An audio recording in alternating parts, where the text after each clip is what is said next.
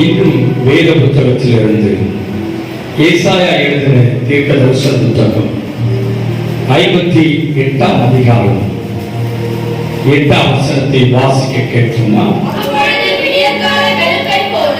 அப்பொழுது விடியற்கால வெளுப்பை போல வெளிச்சம் எழும்பி உன் சுக வாழ்வு சீக்கிரத்தில் துளித்து உன் நீதி உனக்கு முன்னாடி செல்லும். அல்லேலூயா சொல்லுவோமா? நல்ல சத்தமா சொல்லுவோமா? சேர்ந்து சொல்லுவோம் அல்லேலூயா. என் அன்பு சகோதர சகோதரிகளே, வசனம் இப்பொழுது சொல்லுகிறது, விடியற்கால வெளுப்பை போல உன் வெளிச்சம் எழும்பி உன் சுக வாழ்வு துளிர்க்கும். ஒரு சுக வாழ்வு துளிர்க்கும் என்று வேதம் சொல்லுகிறது. இன்று பல பிரச்சனையோடு கூட நாம் கடந்து வந்திருக்கலாம். உங்கள் வெளிச்சம் இருண்டு போய் காணப்படலாம். உங்கள் வாழ்க்கையில் ஒரு விதமான பதட்டமும் வேதனையும் நிறைந்ததாய் காணப்படலாம். என் சத்தத்தை கேட்கிற தெய்வ பிள்ளைகளை, எல்லா பக்கமும் வாழ்க்கை இருண்டு போயிருக்கிறது அல்லவா? எல்லாம் வறண்டு போயிருக்கிறது அல்லவா? இனி ஒரு நம்பிக்கை அற்று போய் இனி நாம் ஏன் வாழ வேண்டும் என்று வாழ்க்கை விரட்சி அடைந்து வந்திருக்கலாம். ஒரு சுக வாழ்வு இல்லாமல் எதிர்காலம் சூன்யமாகவே காணப்பட்டிருக்கலாம்.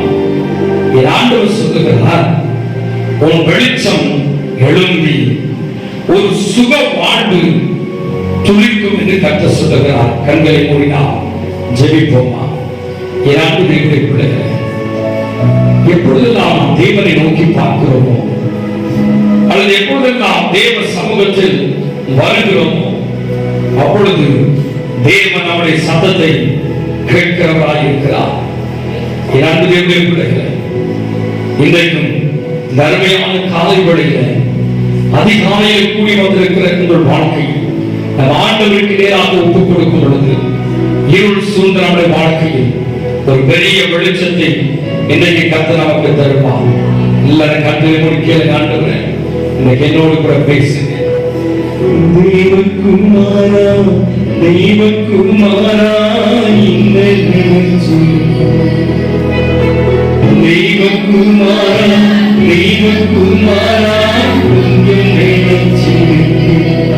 நீங்க நினைச்சா ஆசீர்வாதம் தான். என்னை மறந்தால் எங்கே போவினார்? தேவகுமாரா தேவகுமாரா என்ன நினைச்சிடுங்க? தேவகுமாரா தேவகுமாரா கொஞ்சம் அழைக்கப்பட்ட பாத்திரங்களா ஒருவரால் உருவாக்க முடியாது என்று தத்தளித்துக் கொண்டிருக்கலாம். இந்த வாழ்க்கை இருள் சூழ்ந்து காணப்படலாம். எல்லா பக்கமும் வீழ்ச்சி அடைந்த ஒரு வாழ்க்கை, எல்லாவற்றிலும் தோற்று போன ஒரு வாழ்க்கை, எந்த பக்கமும் வறண்டு போன நிலைமை. இந்த ஆண்டவர் சொல்லுகிறார், வெளிச்சம் எழும்பி சுகமான துளிக்க வேண்டும்.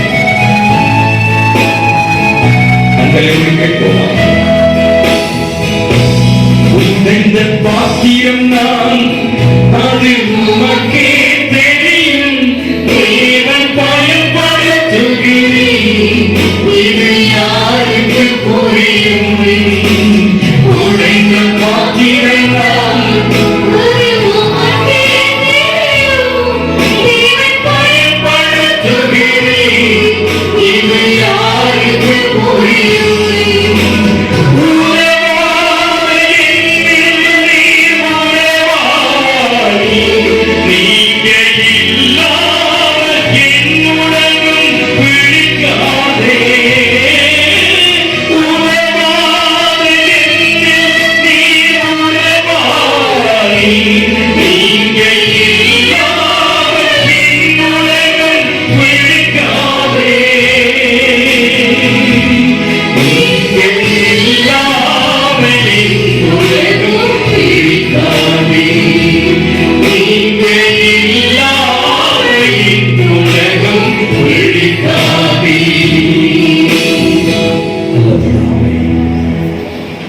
காலங்களில் என்னுடைய பிள்ளைகளோடு பேசுகிறார்கள்.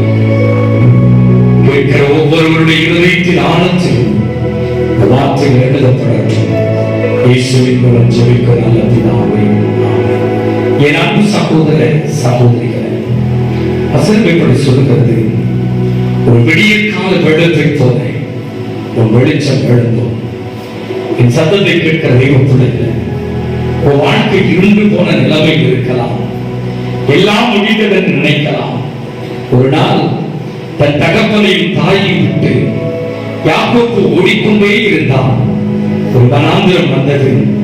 வனாந்திரத்தில் சற்று நேரம் அவன் காத்திருந்த பொழுது சூரியன் அஸ்தமித்தது என்று வேதம் சொல்லுகிறது. சூரியன் இருள் அடைந்தது.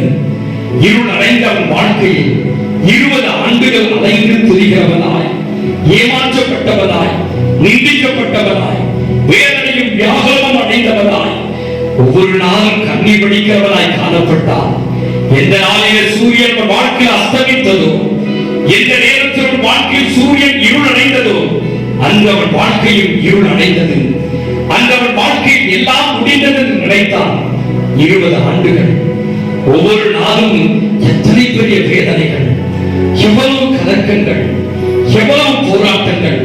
என் அன்பு தேவனுடைய பிள்ளைகளே, ஆனால் அந்த யாக்கோபின் வாழ்க்கையில் ஒரு நாள் 20 ஆண்டுகளுக்கு பிறகு யாக்கோபின் ஆற்றங்கரையில் அவன் பிரிந்து தனித்து ஜெபித்த பொழுது வேதம் சொல்லுகிறது, தேவனால் அவன் ஆசீர்வதிக்கப்பட்டான். பெரியனை கடந்து போகையில் சூரியன் உதயமாயிற்று என்று வேதம் சொல்லுகிறது. விரலேயே சொல்லுவோமா? என் அன்பு தேவனுடைய பிள்ளைகளே, உதயமான சூரியன் அவன் வாழ்க்கையில் ஒரு பெரிய வெளிச்சத்தை கொண்டு வந்தது. ஆகவேதான் அவன் என்று ஒரு அருமையான பலிபீடத்தை கட்டின பொழுது அவன் இப்படி சொன்னான், கர்த்தர் எனக்கு எல்லாவற்றையும் வைக்கப்படினார், எனக்கு சம்பூர்ணமான ஆசீர்வாதம் இருக்கிறது என்று சொன்னார். என்றைக்கு கர்த்தருடைய நீதியின் சூரியன் உதயமாகிறதோ அன்றைக்கும் வாழ்க்கையில் ஒரு பெரிய ஆசீர்வாதங்கள் வந்து சேரும். கர்த்தருக்கு பயப்படுகிறவர்கள் மேல் நீதியின் சூரியன் உதிக்குமா? எந்த மனுஷனையும் பிரகாசிப்பிக்கிற மெய்யான ஒளியாய் என் ஆண்டவர் இருக்கிறார் என்று வேதம் சொல்லுகிறது. ஆமென் சொல்லுவோமா? இந்த தேவாதி தேவனுக்கு முன்பாக நிற்கிற, அல்லது இந்த தெய்வத்தை தன் சொந்த ரட்சகராய் கொண்டிருக்கிற, அவர் தன்னகத்தை உள்ளே வைத்திருக்கிற, தன்னிலே யாரெல்லாம் நிலைத்து நிற்கிறார்களோ, அல்லது யாருக்குள்ளே இவரை நாம் வைத்திருக்கிறோமோ, அவர்கள் மிகுந்த கனிகளையும் பலனையும் கொடுப்பார்கள். அவர்கள் வாழ்க்கையிலே ஒரு பெரிய வெளிச்சம் உண்டாகும். இருள் விலகி போகுமா? லேலியோ சொல்லுவோமா? அதோடு நின்று விடவில்லை, ஒரு பெரிய ஆசீர்வாதம். என்ன ஆசீர்வாதம் அது? ஒரு பெரிய ஒரு சுடர் விடுகிற, அல்லது ஒரு துளி விடுகிற, ஒரு பசுமையான செழுமையான ஆசீர்வாதமான ஒரு வாழ்வை என் ஆண்டவர் நித்தம் நமக்கு தருகிறவனாய் இருக்கிறார். ஆமென் சொல்லுவார்களா? தெய்வ பிள்ளைகளே, பல நேரங்கள் நாம் யோசிக்கலாம், நான் ஆண்டவரோடு கூட இருக்கிறேன், எனக்கு ஏன் இந்த உபத்திரவங்கள்? நான் எவ்வளவு ஜெபிக்கிறேன், நான் எவ்வளவு வேதம் வாசிக்கிறேன், நான் எவ்வளவு கர்த்தருக்காக தசமபாகங்களையும் காணிக்கைகளையும் கொடுக்கிறேன், என் வாழ்க்கையில் இத்தனை பெரிய போராட்டங்கள், இவ்வளவு பெரிய இருள், இவ்வளவு பெரிய தரித்திரங்கள், இவ்வளவு மிகப்பெரிய வறட்சிகள், ஒவ்வொரு நாளும் நாம் வேதனைப்படுகிறோம், வியாகுலம் அடைகிறோம். என் அன்பு தேவனுடைய பிள்ளைகளே, வசனம் இப்படி சொல்லுகிறது, ஒரு நாள் ஆண்டவர் யோபுவை பார்த்து இப்படி சொன்னார், தேவ தூதர்களுக்கு முன்பாக உத்தமனும் சன்மார்க்கனும் நீதிமானும் எனக்கு பயப்படுகிறவன். அவன் சொல்ல பார்க்கலாம். ஆண்டவர் சொல்லுகிறார், உத்தமன், சன்மார்க்கன், நீதிமான், எனக்கு பயப்படுகிறவன். இத்தனை பெரிய சாட்சிகளை பெற்று இந்த யோபுவின் வாழ்க்கையில் நடந்த ஒரு பெரிய கோர சம்பவம் என்ன? யோபுவின் புத்தகம் 30ஆம் அதிகாரம் வாசிக்க கேட்போமா? யோபுவின் புத்தகம் 30ஆம் அதிகாரம் 15ஆம் வசனம். நான் குருடனுக்கு கண்ணும் பகவானுக்கு காதுமாய் இருந்தேன். வசனம் சொல்லுகிறது, யோபுவின் புத்தகம் 30ஆம் அதிகாரம் 15ஆம் வசனத்தை கேட்போமா?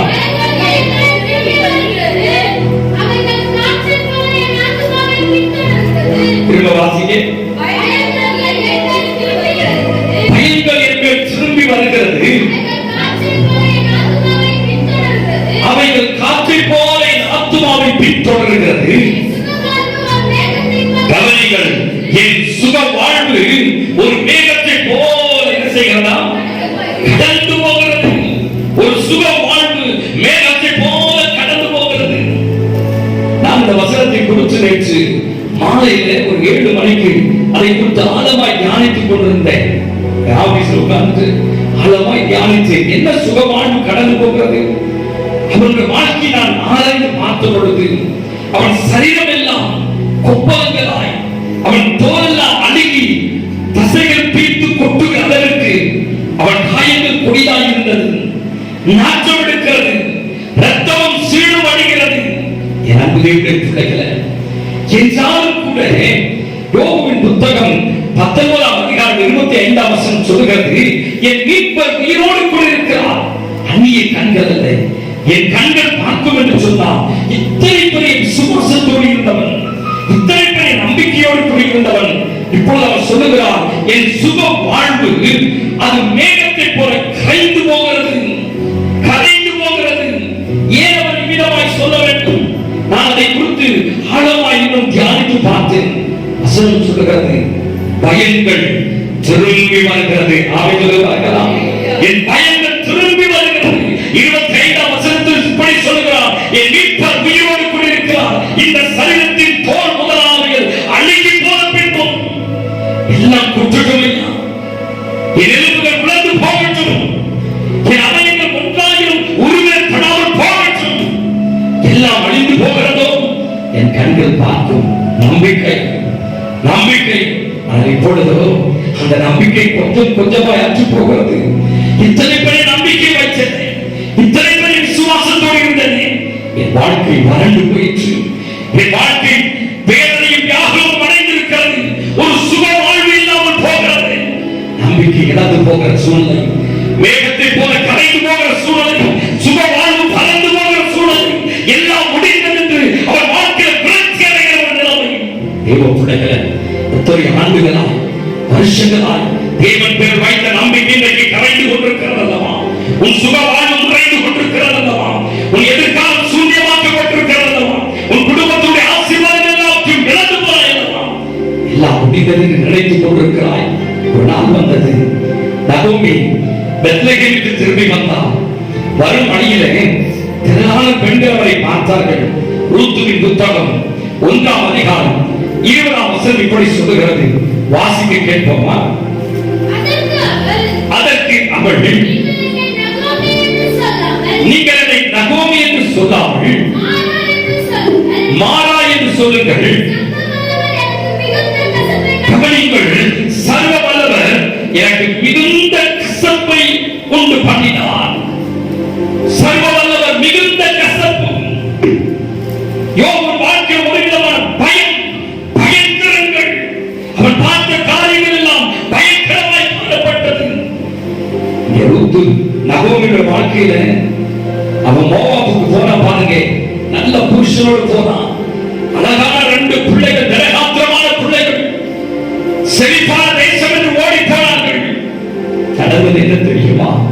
ஒரு நாள் வந்தது, ஒரு கொடிய வியாதி ஒன்று வந்தது பாருங்க. ஒரு பயங்கரமான வியாதி, ஒரு சாபமான வியாதி வந்தது. ஒரு நாளில புருஷன் செத்து போனான்.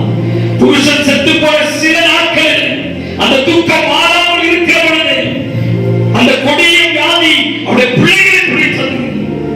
ஒன்றற்கு ஒன்றாகி பிள்ளைகள் மாண்டு போனார்கள்.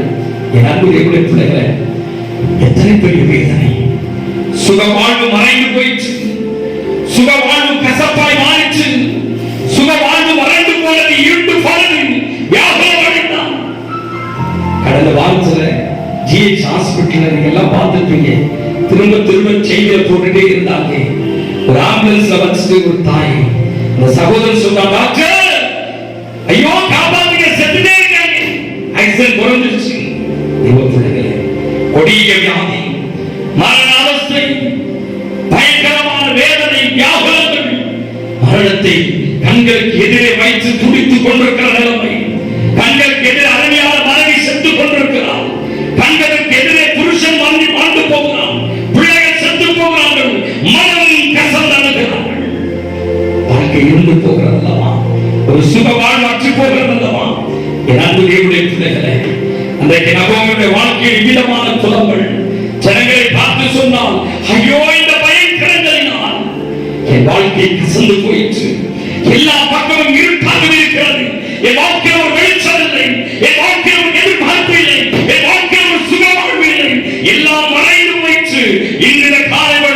இப்படிப்பட்ட ஒரு சந்தர்ப்பத்தில், இப்படிப்பட்ட ஒரு சூழ்நிலையில் இப்படி விடாய்த்து போய் உட்கார்ந்திருக்கலாம். கொடிய வியாதிகள், நிர்பந்தமான சூழ்நிலை. பவுல் சொன்னான், ரோமர் 7:24 சொல்லுகிறது, ஐயோ நான் நிர்பந்தமான மனுஷன். இந்த மரண சரீரத்திலிருந்து யாரால் என்னை விடுதலையாக்க முடியும்?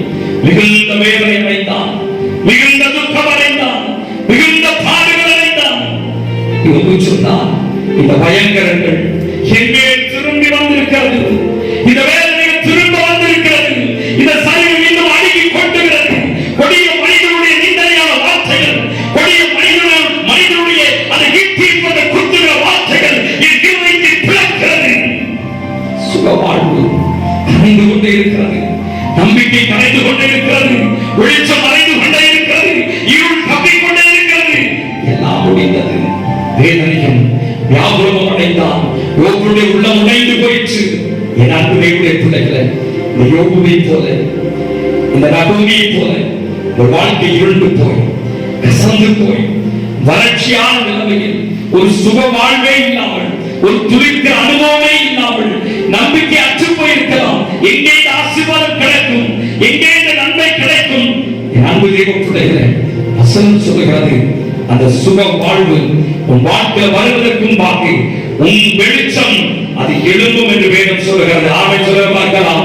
உன் வெளிச்சம் உனக்கு எழும்ப வேண்டுமானால் வெளிச்சத்தை கொடுக்கிற கர்த்தர் உனக்காக எழும்ப வேண்டும். ஆமென் சொல்ல பார்க்கலாம். வெளிச்சத்தை கொடுக்கிற கர்த்தர் உனக்காக எழும்ப வேண்டும்.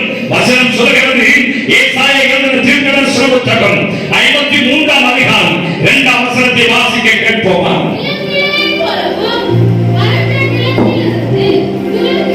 இளம் கிளை போலவும் வறண்ட நிலத்திலிருந்து துளிர்க்கிற வேலை போலவும் அவனுக்கு முன்பாக எழும்புகிறார். என் அன்பு தேவ பிள்ளைகளே, இளம் கிளை போலவும் துளிர்க்கிற வேலை போலவும் வறண்ட நிலத்திலிருந்து, வறட்சியான இடத்திலிருந்து, ஆசீர்வாதத்திற்கான வழியே இல்லாத இடத்திலிருந்து இந்த இடத்தில் இந்த கிளை துளிர்க்குமா என்று எல்லாரும் எதிர்பார்த்துக் கொண்டிருக்கேன். மற்றவருடைய நம்பிக்கை அற்று போகத்தக்கதான விசுவாசத்தை இழந்து போன நிலைமையில் ஒரு இளம் கிளை வறண்ட நிலத்திலிருந்து துளிர்க்க கூடுமானா? வறண்ட நிலத்திலிருந்து ஒரு வேர் எழும்ப கூடுமானா? அன்பு தேவ பிள்ளைகளே, சர்வ வல்லவருடைய இரத்தத்தினால் தோய்க்கப்பட்ட உன்னுடைய வாழ்க்கையில் சர்வ வல்லவர் உனக்காக ஜீவனை கொடுத்திருக்கிறார். உன்னுடைய குடும்பத்தில் ஒரு இளம் கிளை துளிர்த்து வந்து விடாதா? ஒரு செழிப்பு வந்து விடாதா? யோசித்து பாருங்கள். வசனம் சொல்கிறது, வறண்ட நிலத்தில் ஒரு நாள் துளிப்பவை பார்த்து நாத்தான் தீர்க்கதரிசி இப்படி சொன்னான், நாசரேத்திலிருந்து யாதொரு நன்மை உண்டாக கூடுமோ? வறண்டு போன இடத்திலிருந்து, வறட்சியான சபிக்கப்பட்ட சாபமான இடத்திலிருந்து யாதொரு நன்மை உண்டாகுமோ? அந்த இடத்தில் தானே ஒரு இளம் கிளை துளிர்விட்டது. வறண்ட இடத்திலும் தான் ஒரு அருமையான கிளை துளிர்த்தது. ஏசாயா 11:1 சொல்லுகிறது, அந்த கிளை ஈசாயின் அடிமரத்திலிருந்து அழகாய் துளிர்த்தது என்று வேதம் சொல்லுகிறது. அந்த கிளை தாவீதின் கிளையால் எழும்பிற்று என்று வேதம் சொல்லுகிறது. இந்த கிளை வறண்ட நிலத்திலே அவனுக்கு முன்பாக எழும்பிற்றான். அவனுக்கு முன்பாக உன் வாழ்க்கையை அழித்து போட்டு, உன் சுக வாழ்வை கெடுத்து போட்டு, உன்னுடைய செழிப்பான இடத்தை வறட்சியை மாற்றி போட்டு, உன் சத்துருவுக்கு முன்பாக இளம் கிளையை போல என் ஆண்டவர் எழும்புகிறார் என்று வேதம் சொல்கிறது. நல்ல கையை தட்டி வரலையே சொல்லுவா. இளம் கிளையை போல என் கர்த்தர் எழும்புகிறது நோக்கிறது. உன் இருந்த வாழ்க்கையை மாற்றும்படியாக, உன் வாழ்க்கையில் பெரிய வெளிச்சத்தை கொடுக்கபடியாக, எந்த மனுஷனையும் பிரகாசிப்பிக்க நீயான ஒளியாக இருக்கிற இந்த இயேசு அவனுக்கு முன்பாக உன் வாழ்க்கை கெடுத்து நாசப்படுத்தின, வறட்சியாக்கின சுக வாழ்வை அழித்துக் கொண்டு சத்துருவுக்கு முன்பாக எழுப்பினார். வசனம் தெளிவாய் சொல்லுகிறது, சத்துருவுக்கு முன்பாக எழுப்பினவர் உன்னை அப்படியே வறட்சியிலும் இருட்டிலும் விட்டு விடுகிறவர்களே, அப்படியே விட்டு கடந்து போகிறவர்களே. கவனித்து பாருங்கள். ஒரு நாள் என் நகோமி சொன்னால், ஐயோ என் வாழ்க்கை தேவனாகிய கர்த்தர் கசப்பாக்கினார். கவனிங்க, இந்த ரூத்துவின் புத்தகத்தில் இந்த நகோமியுடைய உள்ளம் உடைந்து போய், வறண்டு போய், எல்லாம் செருகலாய் மாறி போய், காய்ந்து போயிற்று. எனக்கோ வயது முதிர்ந்து போயிற்று. பிள்ளைகள் மாண்டு போனார்கள், புருஷன் மாண்டு போனார். இனி ஒரு சுக வாழ்வு என் குடும்பத்தில் தலைக்க கூடுமா? இனி ஒரு சந்ததி கூடாதே. கசந்து போன வாழ்க்கை, இந்த நன்மை எங்கிருந்து வரும், இந்த கிருபை எங்கிருந்து வரும்? எதிர்பார்க்க முடியாத சூழ்நிலை, யோசிக்க முடியாத சூழ்நிலை. வசனம் சொல்கிறது, ஒரு நாளிலே ரூத்துவின் வாழ்க்கையில போவாஸ் குறுக்கிட்டான். ரூத்துவின் வாழ்க்கையில போவாஸ் குறுக்கிட்டதின் நோக்கம் என்ன?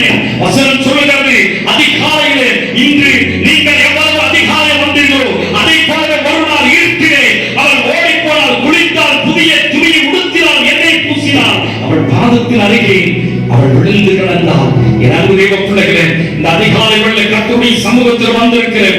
நீங்களும் நானும் தேவனுடைய பாதத்தில் அமர்ந்திருப்பது உண்மையானால் வசனம் சொல்கிறது, போவாஸ் அன்றைக்கு ரூத்துவை பார்த்து கேட்டான், என் மகளே, நீ வேண்டியபடியெல்லாம் உனக்கு செய்வேன் என்று சொன்னேன். ஒரு ரூத்துவுக்கு இரக்கமும் மனதுருக்கும் இருக்குமானால், இந்த ரூத்துவுக்கு இந்த போவாசின் கண்ணிலே ஒரு புதிய கிளை துளிக்குமானால், ஒரு சுக வாழ்வை உண்டு பண்ண கூடுமானால், சர்வ வல்லவரை தன் சொந்த ரட்சகராய் பெற்றிருக்க நீங்களும் நானும் எவ்வளவு பாக்கியவான்களாய் இருக்கிறோம், எவ்வளவு பெரிய ஆசீர்வாதத்தை பெறக்கூடியவராய் இருக்கிறோம். என் அன்பு தேவனுடைய பிள்ளைகளே, அவனுக்கு முன்பாக உன் ஆசீர்வாதத்தை அழித்து போட்டு உன் வாழ்க்கையில் இருளை உண்டு பண்ணினேன், பொல்லாத மாந்திரிகை கட்டுகளை உண்டு பண்ணினேன், சத்துருக்களுக்கு முன்பாக இளங்கிளையை போல் என் ஆண்டவராய் இயேசு கிறிஸ்து வறண்ட நேரத்தில் எழும்பினவர் உனக்கு ஒரு வெளிச்சத்தை கொடுக்கும்படி, உனக்கு ஒரு சுக வாழ்வை கொடுக்கும்படி அவர் எழும்பினார்.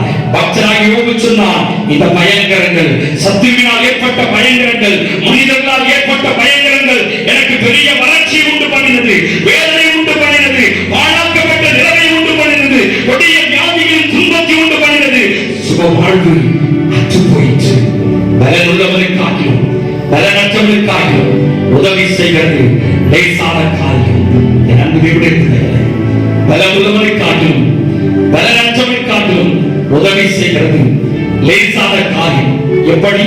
காற்றையும் காண மாட்டீர்கள், மழையும் காண மாட்டீர்கள், பள்ளங்கள் தண்ணீரால் நிரப்பப்படும். நல்ல வேலை இல்லாமல் இருக்கலாம், வருமானத்திற்கு வழியே இல்லாமல் இருக்கலாம், பிள்ளைகளுக்கு திருமணம் செய்ய வேண்டும், நல்ல வீடு வாசல்களை கட்ட வேண்டும். ஐயோ, எத்தனையோ கற்பனையோடு பிள்ளைகள் வாழ்ந்து கொண்டிருக்கலாம். இந்த காரியங்கள் எப்பொழுது நடக்கும்? இந்த காரியங்கள் எப்பொழுது கைகூடும்? என் வாழ்க்கை சூன்யமாக இருக்கிறது, எனக்கு ஒரு சுக வாழ்வு உண்டாகுமா? என் அன்பு தேவனுடைய பிள்ளைகளே, ஒரு நாளில் பிள்ளையற்றவனாய் மாற்றப்பட்டவன், எல்லாம் முடிந்தது வறண்டு போன நகோமியுடைய வாழ்க்கையிலே வசனம் சொல்கிறது, ஒரு நாள் ரூத்து குழந்தை பெற்ற பொழுது அந்த ஸ்திரீகள் சொன்னார்கள், நகோமி, உனக்கு ஒரு புதிய புத்திர சந்தான வாக்கியம் கிடைத்திருக்கிறது, கர்த்தர் உனக்கு கிருபை செய்திருக்கிறார், உன் சந்ததியை பெருக்க பண்ணியிருக்கிறார். இந்த ரூத்துவின் சந்ததியில, இந்த நகோமியின் சந்ததியில் தான் இந்த இயேசு கிறிஸ்து பிறந்தார். ஆமென் சொல்லுவார்களா? தேவ பிள்ளைகளே, எந்த இடத்திலும் வாழ்க்கை சருகலாய் மாறிற்று, எந்த இடத்தில் காய்ந்து போயிற்று, எந்த இடத்தில் இனி ஒரு துளிர்வை இல்லாது போய்விடும் என்று நினைக்கிறீர்களோ, எந்த இடத்தில் வாழ்க்கை இருண்டு போயிட்டு நினைக்கிறீர்களோ, அந்த இடத்துல என் ஆண்டவர் நிற்க கூடுமானா, அந்த இடத்துல என் ஆண்டவர் உணாவ கூடுமானா, அந்த இடத்துல என் ஆண்டவர் இருப்பார்கள், ஒரு சுக வாழ்வு உனக்கு துளிர்க்கும். ஆமென் சொல்ல பார்க்கலாம். பயங்கரங்கள் பயம் உன்னை விட்டு விலகி போகும், இருளும் அந்த காலத்து வல்லமைகளும் உன்னை விட்டு தூரமாய் மாறி போகும்.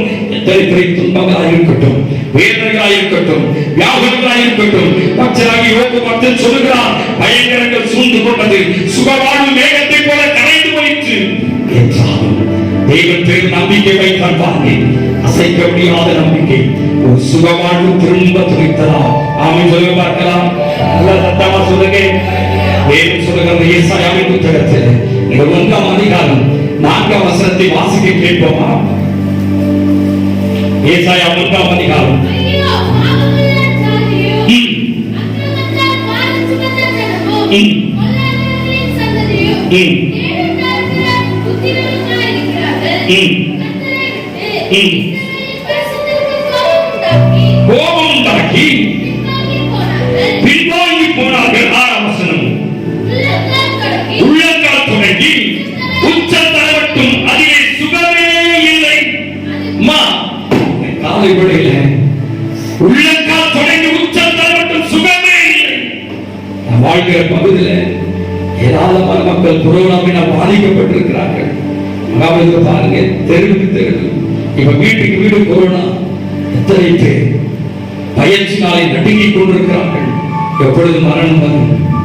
கடந்த 2-3 நாட்களுக்கு முன்னாடி என்னுடைய சகோதரனுக்கு ஆக்சிடென்ட் குறைந்து போயிடுச்சு. பல மணி நேரம் எத்தனையோ மருத்துவமனைகளுக்கு தூக்கி போனார்கள். அடுத்த மனையில சேர்ப்பதற்கு ஒரு இடத்துல கூட பெட் இல்லை. ஒரு இடத்துல கூட பெட் இருக்கிற இடத்துல ஆக்சிடென்ட் இல்லை. இரவு முழுவதும் உயிருக்காக போராடுகிற ஒரு சூழ்நிலை. என் அன்பு தேவனுடைய பிள்ளைகளே, ஒருவன் மாத்திரமல்ல, இந்திய தேசத்தில் நூற்றுக்கணக்கான, ஆயிரக்கணக்கான, லட்சக்கணக்கான ஜனங்கள் கொடிய வேதனையும் வியாதியும் தவித்துக் கொண்டிருக்கிறார்கள். ஒரு தத்தளிப்பான சூழ்நிலை.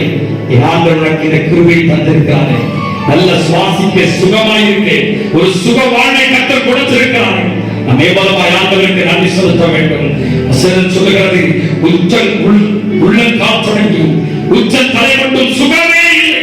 கொடிய வியாதிகள், கொடிய வேதனைகள். யார் சுகம் கொடுக்க முடியும்? யாரால் சுகப்படுத்த முடியும்? என் அன்பு தேவர்களே, சுகவீனமாயிருந்த 100க்கு அதிபதி வேலைக்காரரை குறித்து வசனம் சொல்லுகிறது.